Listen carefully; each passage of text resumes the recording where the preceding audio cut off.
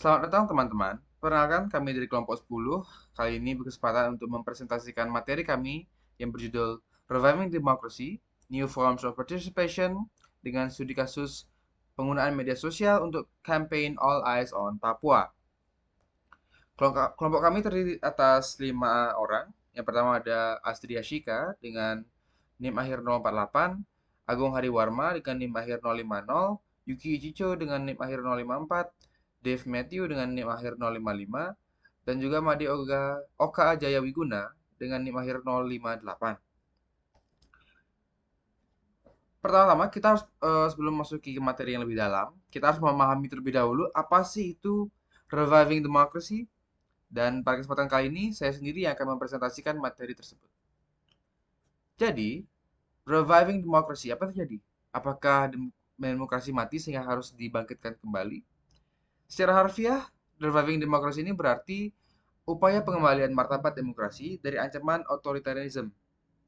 Definisi ini merupakan definisi kasar yang berasal dari bukan hanya satu ahli, tapi berbagai ahli yang menganggap bahwa terjadi sebuah penurunan kualitas demokrasi eh, di dunia barat terutama. Hal ini ditunjukkan dengan terjadinya dua fenomena, yaitu adalah munculnya kebijakan otoriter di negara demokrasi dan munculnya pemimpin otoriter melalui proses demokrasi.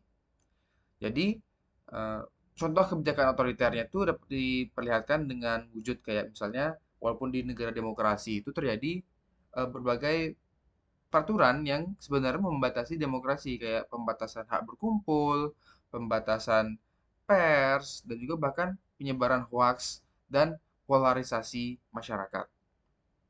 Kemudian muncul pemimpin otoriter melalui proses demokrasi. Artinya apa?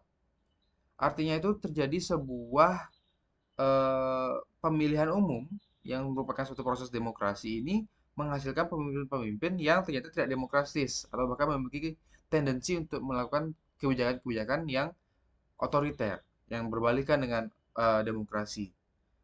Menurut dua ahli yang menjadi fokus dalam analisis atau mungkin yang banyak terlibat di dalam isu reviving democracy ini adalah Ziblatt dan juga Levitsky dan Ziblatt. Nah, mereka ini memberikan contoh akan apa sih yang dimaksud dengan eh, killing democracy. Siapa sih yang mengkilling demokrasi? Contoh yang mereka berikan itu adalah terpilihnya Trump dan juga Putin. Mereka disebut sebagai the killers of democracy. Kenapa? Karena dalam pemilihan mereka itu, mereka itu menyebabkan tiga hal yang berbahaya atau bahkan buruk untuk kualitas demokrasi. Yang pertama adalah terjadi polarisasi of the masses atau terpolarisasinya masyarakat atas hasil atau dari proses pemilu mereka. Jadi anggapannya kalau bisa polarisasi itu kayak gimana sih? Kayak gini misalnya, muncul adanya pandangan aku dan kamu. Artinya bukan aku adalah kami, kamu adalah mereka. Aku mendukung A, kamu mendukung B. Karena kita pilihannya berbeda, pilihan politik kita berbeda, maka kita berdua ini nggak satu warga negara atau bahkan persatuannya itu menghilang karena terjadi polarisasi. Ada pengelompokan orang-orang yang eksklusif dan tidak inklusif seperti seharusnya eh, masyarakat itu bersatu jika dalam demokrasi sebab jika terjadi polarisasi maka akan terjadi kebencian yang merujuk kepada eh, dis disintegrasi dari masyarakat yang sebenarnya sangat berbahaya bagi pelaksanaan demokrasi. Kemudian ada kebangkitan dari populisme. Populisme ini sebenarnya dapat dikatakan sebagai pendekatan demokrasi yang valid karena secara langsung masuk melibatkan masyarakat. Namun, eh, ini itu akan menjadi sangat berbahaya atau bahkan merendahkan derajat demokrasi jika dilakukannya itu dengan menghiraukan atau mungkin mendiskredit para elit dan juga institusi demokrasi yang sudah ada dalam sistem demokrasi kita. Jadi anggapannya jika mereka tuh hanya ngomong-ngomong mewakili masyarakat, namun tidak ingin mendengarkan atau eh, mempertimbangkan pandangan dari institusi dan juga elit politik, itu justru akan berbahaya bagi demokrasi. Kemudian terjadi control of media or the press. Trump dan Putin ini sama-sama menerapkan beberapa kebijakan yang sebenarnya membatasi kebebasan pers atau kebebasan bersuara atau berpendapat masyarakatnya. Terutama pada saat pemilu mereka itu tersebar banyak hoaks, tersebar banyak misinformasi yang dapat menguntungkan salah satu pihak. Pemilihan mereka yang sebenarnya tidak melaksanakan demokrasi yang sempurna ini menghasilkan hasil-hasil pemilu yang sebenarnya tidak demokratis atau bahkan melahirkan pemimpin-pemimpin yang sebenarnya berpandangan otoriter. Sekian, itulah mengapa alasan kenapa dianggap bahwa demokrasi sedang dying atau sedang akan mati atau sekarat. Sehingga penting dirasa untuk mengembalikan hak martabat tersebut yang hadir dalam wujud reviving demokrasi ini. Ada banyak cara untuk melakukan reviving demokrasi, salah satunya adalah pendidikan demokrasi. Namun, kehadiran media sosial juga membuka dimensi baru yang dapat bermanfaat pada peningkatan kualitas demokrasi. Sekian materi dari saya lanjutkan kepada rekan saya. Dipersilakan. Atas kesempatannya. Di sini saya akan menjelaskan mengenai what is the ideal standard of democracy. Baik teman-teman tadi sudah mendengarkan mengenai apa itu reviving democracy dan oknum-oknum manakah yang melakukan killing terhadap demokrasi. Sekarang saya ingin menjelaskan kepada teman-teman mengenai sebenarnya apa sih standar ideal dari suatu demokrasi tersebut. Untuk itu, saya akan mengajak teman-teman untuk mengetahui dari pemahaman paling mendasar, yaitu mengenai sistem pemerintahan. Dengan mengutip dari apa disampaikan oleh Syah Putri dalam tulisannya yang berjudul Demokrasi dan Sistem Pemerintahan Presidensial dan Parlementer, dia memandang bahwa sistem negara itu adalah sebuah sistem khusus yang menggambarkan bagaimana hubungan antara rakyat dan pemerintahan tertinggi dalam suatu negara. Sedangkan demokrasi sebagai sistem pemerintahan adalah sistem pemerintahan di mana rakyat memegang kekuasaan tertinggi dalam suatu bentuk pemerintahan. Dan berdasarkan data yang kami dapatkan, ada 120 dari 192 negara yang menerapkan demokrasi sebagai sistem pemerintahan di negaranya. Bisa next slide. Kemudian, apa sih indikator dari demokrasi yang ideal itu? Kami dari kelompok 10 menemukan data dari Economist Intelligence Unit atau EIU, yang mana mereka merangkum indikator-indikator tersebut menjadi 5. Ada yang pertama, apakah warga ini bisa memilih pemimpin politik dalam pemilihan yang adil dan jujur? Begitu penjelasannya ini adalah mengenai warga ini bisa nggak sih memilih pemimpin mereka tuh secara jujur dan adil. Contohnya apa? Melalui pemilu atau general election di Amerika yang ada perwakilan dan sebagainya. Bagaimana rakyat itu memiliki kesempatan untuk memilih pemimpin politik mereka, baik itu legislatif maupun eksekutif. Selanjutnya, yang kedua adalah preferensi masyarakat terhadap demokrasi di antara sistem pemerintahan yang lain. Indikator ini menilai apakah masyarakat ini punya preferensi terhadap sistem pemerintahan yang lain ketimbang demokrasi.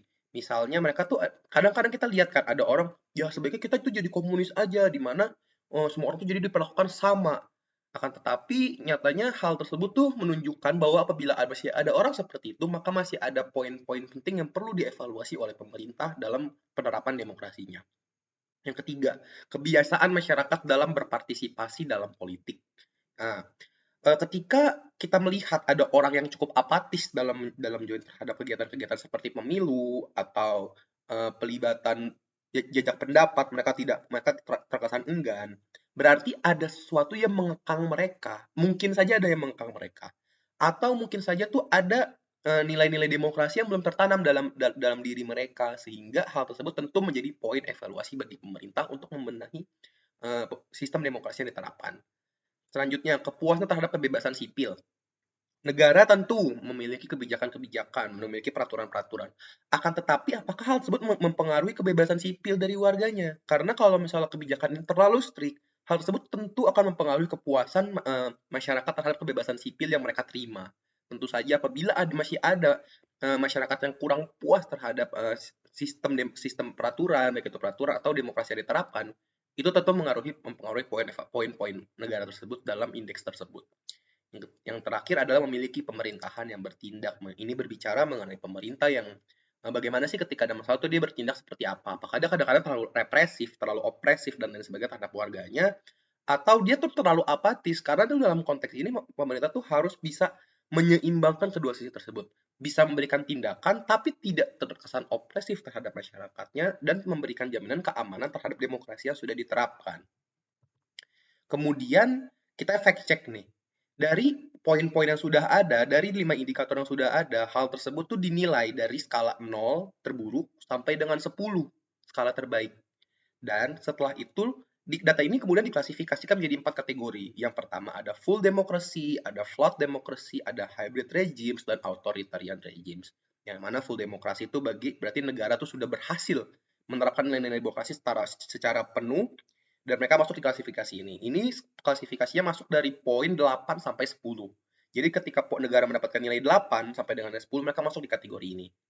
Kemudian ada flawed democracy, di mana nih dalam penerapannya masih ada kecacatan-kecacatan, akan tetapi ini tidak separah hybrid regimes, tapi tetap ada kecacatan-kecacatan dari 5 poin ini yang masih perlu masih perlu apa ya istilahnya pembenahan yang cukup moderat gitu.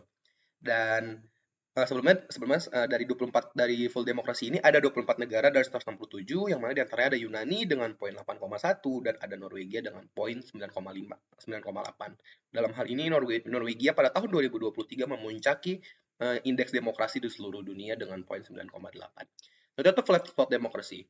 Ada 50 dari 167 negara yang masuk dalam kategori ini. Mereka tuh masih ada poin-poin yang cukup cacat dari 5 indikator yang sudah saya sebutkan barusan. Dan diantaranya adalah USA dengan poin 7,8 dan ada Indonesia dengan poin 6,5. USA itu ya kita tahu dalam sejarah panjangnya itu dia salah satu negara yang cukup vokal dalam menyampaikan ideologi demokrasi ini ke tiap-tiap negara. Tapi sayangnya dari data yang kita dapatkan pada tahun 2023, sayangnya dia masih mendapat poin 7,8 dan masuk dalam kategori flawed demokrasi bersama dengan Indonesia dengan poin 6,5 di bawahnya. Kemudian ada hybrid regimes 34 dari 167. Dalam kategori ini negara itu sudah mulai masuk ke dalam rezim nih. Karena poin-poin mereka itu sudah berada di bawah rata-rata, di bawah batas ambang normal. Akan tetapi masih belum menyentuh sampai dengan authoritarian regimes atau yang sudah terlalu mengikat. Nah, dalam hal ini ada 34 dari 167 negara yang disurvei itu masuk dalam kategori ini. Ada Nigeria dengan poin 4,2 dan ada Bolivia dengan poin 4,2. Selanjutnya ada authoritarian regimes, di mana ada 59 dari 167. Ini mendominasi keseluruhan negara-negara yang dilakukan jejak pendapat ini atau survei ini. Yang mana ini mendominasi lebih dari 50%. Yang mana Cina dan Rusia dengan masing-masing poin 2,1 dan 2,2 masuk dalam kategori ini. Mereka masuk ke dalam kategori ini karena ya authoritarian sebenarnya pemerintah ini bentuk kekuasaannya udah terpusat ke pemerintahnya. Sehingga kita bisa bilang bahwa dalam klasifikasi ini tuh negara sudah hampir tidak menerapkan nilai-nilai demokrasi terhadap masyarakatnya. Baik itu saja bisa aku sampaikan. Semoga teman-teman bisa tahu ya mengenai apa itu demokrasi yang ideal. Dan kita nih udah punya indikator kok sekarang dari contoh salah satunya tuh dari ya EIU ini, data dari EIU ini yang dirilis setiap tahunnya dan bisa teman-teman cek di internet masing-masing. Sekian dari saya alihkan kepada teman saya Gung De untuk menyampaikan mengenai studi kasus mengenai All Eyes on Rafah, untuk dapat pemahaman lebih lanjut lah mengenai apa sih penerapan dari yang sudah kami sampaikan barusan di studi kasus yang ada. Terima kasih. Baik, terima kasih atas kesempatannya. Di sini saya akan menjelaskan mengenai studi kasus dari kelompok kami, yaitu gerakan All Eyes on Papua. Jadi gerakan ini berasal dari ancaman yang signifikan terhadap hutan di Papua, yang merupakan benteng terakhir bagi warga asli Papua dan seluruh bangsa Indonesia yang menghadapi krisis iklim. Jadi perusahaan besar seperti PT Kartika Cipta Pratama dan PT Mega Karya Jaya Raja yang merupakan perusahaan sawit memiliki rencana untuk membabat hutan Papua untuk membangun perkebunan sawit kurang lebih seluas 36.000 hektar. Pembawatan hutan ini diperkirakan akan menghasilkan emisi 25 juta ton karbon dioksida yang akan memiliki dampak negatif yang signifikan pada lingkungan di seluruh dunia. Selama 50 tahun terakhir, perusahaan tersebut telah mengeksploitasi hutan untuk investasi dan pembangunan kebun kelapa sawit, di mana hal ini merusak jutaan hektar hutan di Sumatera, Kalimantan, Jawa, dan Sulawesi. Kemudian berbagai masalah timbul ketika sumber daya habis, sedangkan model bisnis yang diterapkan hanya mengeksploitasi alam tanpa mempertimbangkan keberlanjutan. Hal ini menyebabkan kerusakan lingkungan dan menimbulkan ketimpangan ekonomi.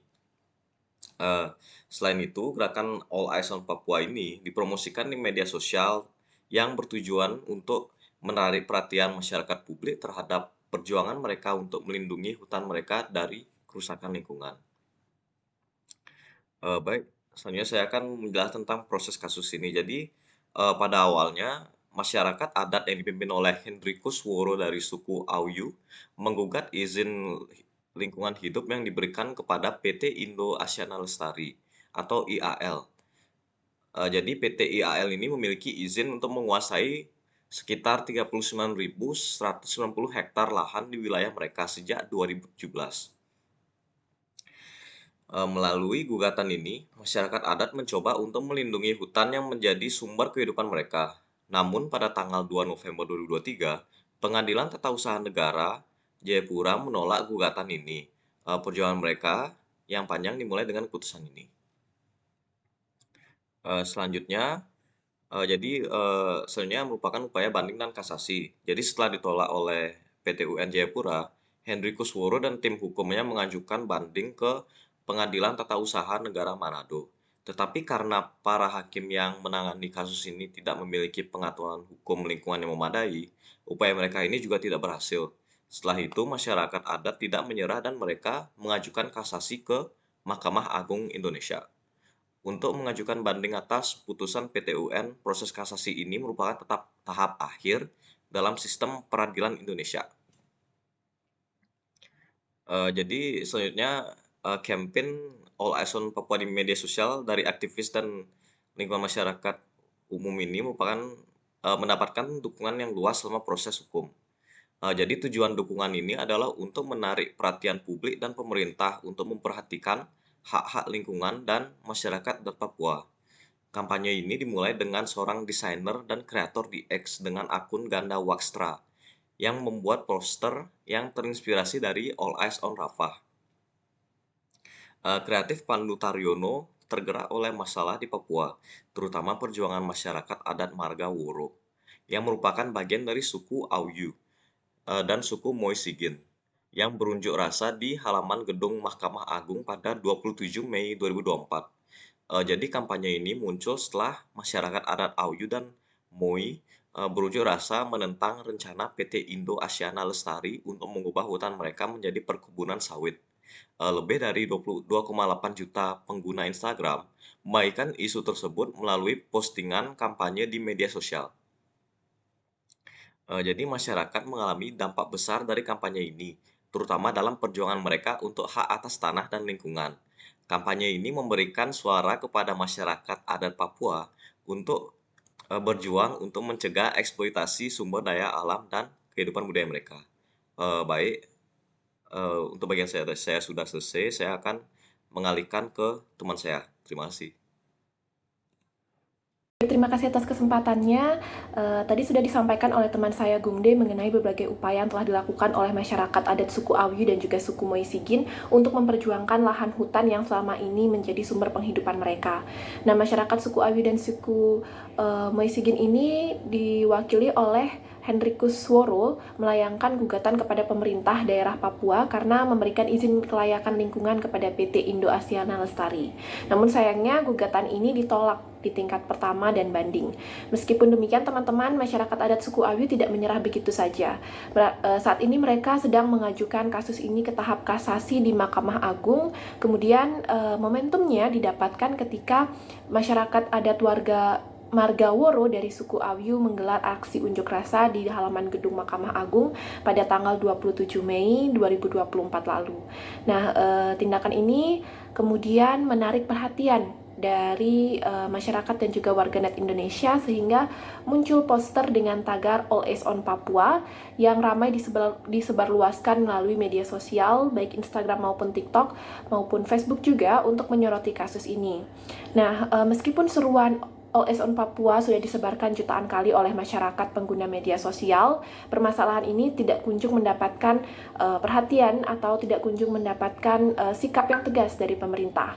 Bahkan hingga saat ini masyarakat suku Awi dan juga suku Moisigin serta seluruh masyarakat Indonesia masih harus menunggu keputusan Mahkamah Agung di sidang putusan kasasi mendatang. Selanjutnya akan mengenai hubungan kasus dan juga reviving demokrasi akan dilanjutkan oleh teman saya, Dave. Terima kasih. Di sini saya akan melanjutkan presentasi dari teman saya.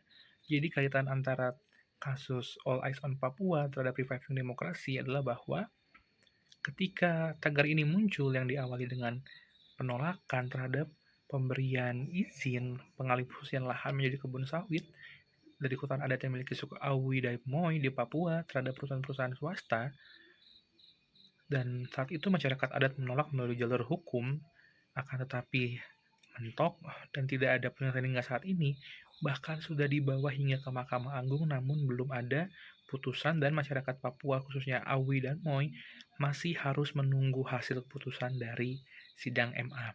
Sementara nasib mereka saat ini sedang terancam, sebab hutan adat yang mereka lindungi dan menjadi sumber kehidupan utama mereka, ini sudah dikuasai oleh elit-elit yang ingin mengambil keuntungan sebesar-besarnya tanpa memedulikan nasib masyarakat yang ada di sekitarnya, di mana mereka sangat menggantungkan kehidupan mereka kepada hutan adat tersebut. Dan tambah lagi, ketika suatu lahan dialihfungsikan menjadi kebun sawit, memang lahan tersebut akan subur dalam beberapa tahun. Akan tapi setelahnya akan sangat kering, tidak dapat ditanami oleh tanaman apapun, sehingga ini sangat menyulitkan bagi masyarakat Awi dan Moi.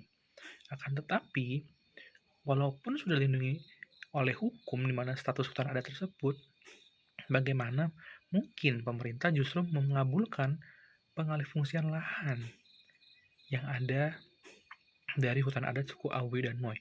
Ini telah menandakan bahwa adanya kematian demokrasi, di mana rakyat dibungkam oleh elit-elit melalui lembaga peradilan yang seharusnya adil dan membela mereka, justru menjadikan alat untuk mengalahkan mereka dan menjadikan mereka sebagai masyarakat yang tidak berdaya.